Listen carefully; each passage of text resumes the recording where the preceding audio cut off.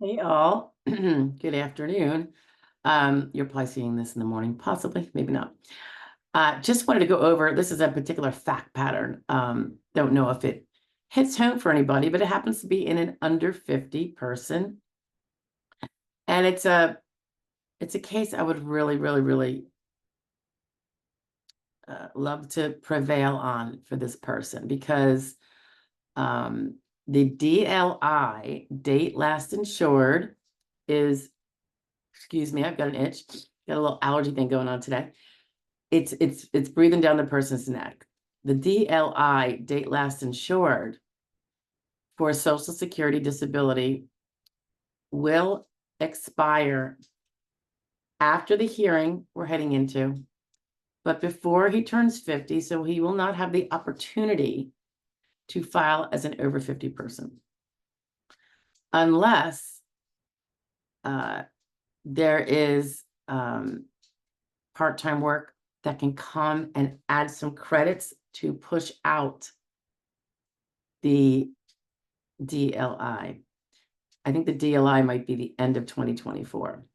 So, I speak about this elsewhere about how you can work very part-time and gain credits so that if your credits are about to expire and you have not prevailed yet and you don't know if you're going to and you'd like to be able to apply again, maybe your medicals are getting worse and your case will be different and a different application, then that part-time work activity, it can be accommodated.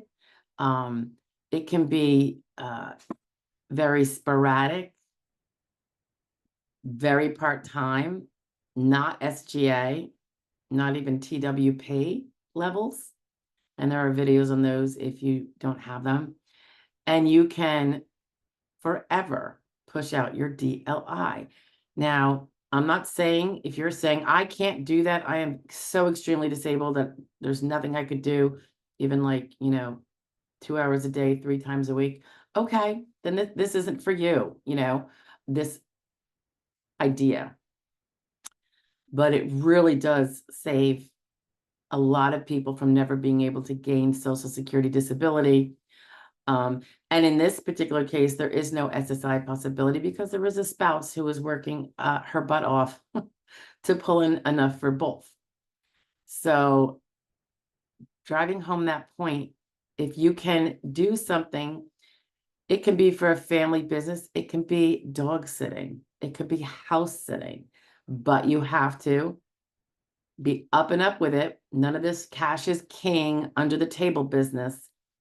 File your tax returns with your Schedule C because you would be self-employed. And if you can muster it up, get it done. Babysitting. We've talked about the ride sharing. That's a way to do it. And again, the bottom line is always that you have to have taxable income where Social Security taxes are paid, and that's how you figure that out through that Schedule C with your 1040 or your 1040 whatever. And you don't, want to avail yourself of every stingy little write-off you can do that you might otherwise be, wanting the IRS to grant you. You really want to pay, if you want 4 credits, you got to pay for 4 credits. That would be $1,730 times 4.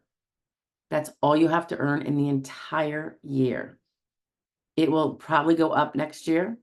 It generally goes up every year a little bit. That's the cost of an earnings credit. A couple stagnant years, it didn't go up, I don't believe, but it's been a while. You want to check it every year, and you want to make sure if you need 8 credits, you're going to have 2 calendar years when you do that. It could be that you did it the second half of 2023, and then you got the other 4. That's all you worked, but you made enough, earned enough money and paid those Social Security taxes to have gotten all 4. You do not have to have started in early 2024. You could start the second half of 2024. You know, you don't have to earn some in each quarter. It's just that they will be considered quarterly credits. Earnings credits, I think they go by now. But, you know, I wish this person had filed those returns. I will say I have another person coming on board, very remote DLI, but didn't file tax returns for the last 3 for self-employment, 3 years, because I think the understanding was the expenses one could write off would bring it down to 0. Therefore, I don't have to pay taxes. That's all fine and dandy if that's your preference, but now you have no credits and now you have no DLI. I mean, it's remote, it's in the past. So, you know, discussing with the person about filing a tax return and not being so hoarding of all those write-offs that, you know, could be considered, but don't have to be, you know. So that person will probably confer with their tax professional and see what's up. But, you know, there are costs to, you know, trying to take advantage of every legal way to not pay more taxes. And I totally get that. I'm a self-employed person myself. But this is where, you know, it really hurts you. So we'll see how that one goes. This other one, I mean, the person is definitely disabled from full-time work. Absolutely disabled from full-time work with rather objective things. So while the vocational profile, due to age, is unfavorable, I definitely see an avenue where a win is possible.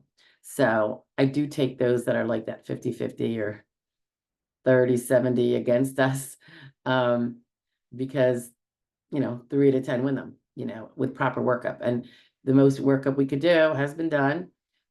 It's also complicated by the fact that money is extremely tight. And, you know, when you're on a spouse's health insurance, you typically have copays and deductibles and big debts, particularly if there have been multiple surgeries already. It's not the same as being on Medicaid, where you largely get a free ride, right? So there's been a lot of difficulties financially to getting all of the treatment. Like if there was four surgeries, I believe they're looking at a 5th, but can't afford it, you know. And when you have an outstanding bill to a group, they don't necessarily want to move forward on the next surgery because they might not get that copay, even though they'd get their insurance payment.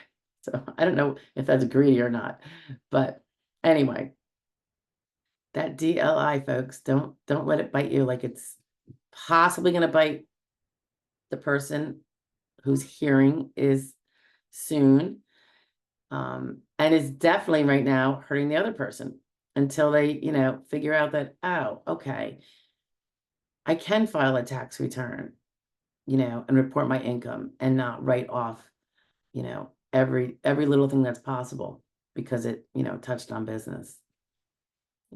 Pay the taxes, you know, it's the give and take. But anywho, otherwise, I think the person has an excellent case medically, that one. So it's like, you know, penny wise, pound foolish, guys. It's not good. Anyway, I will talk to you guys later.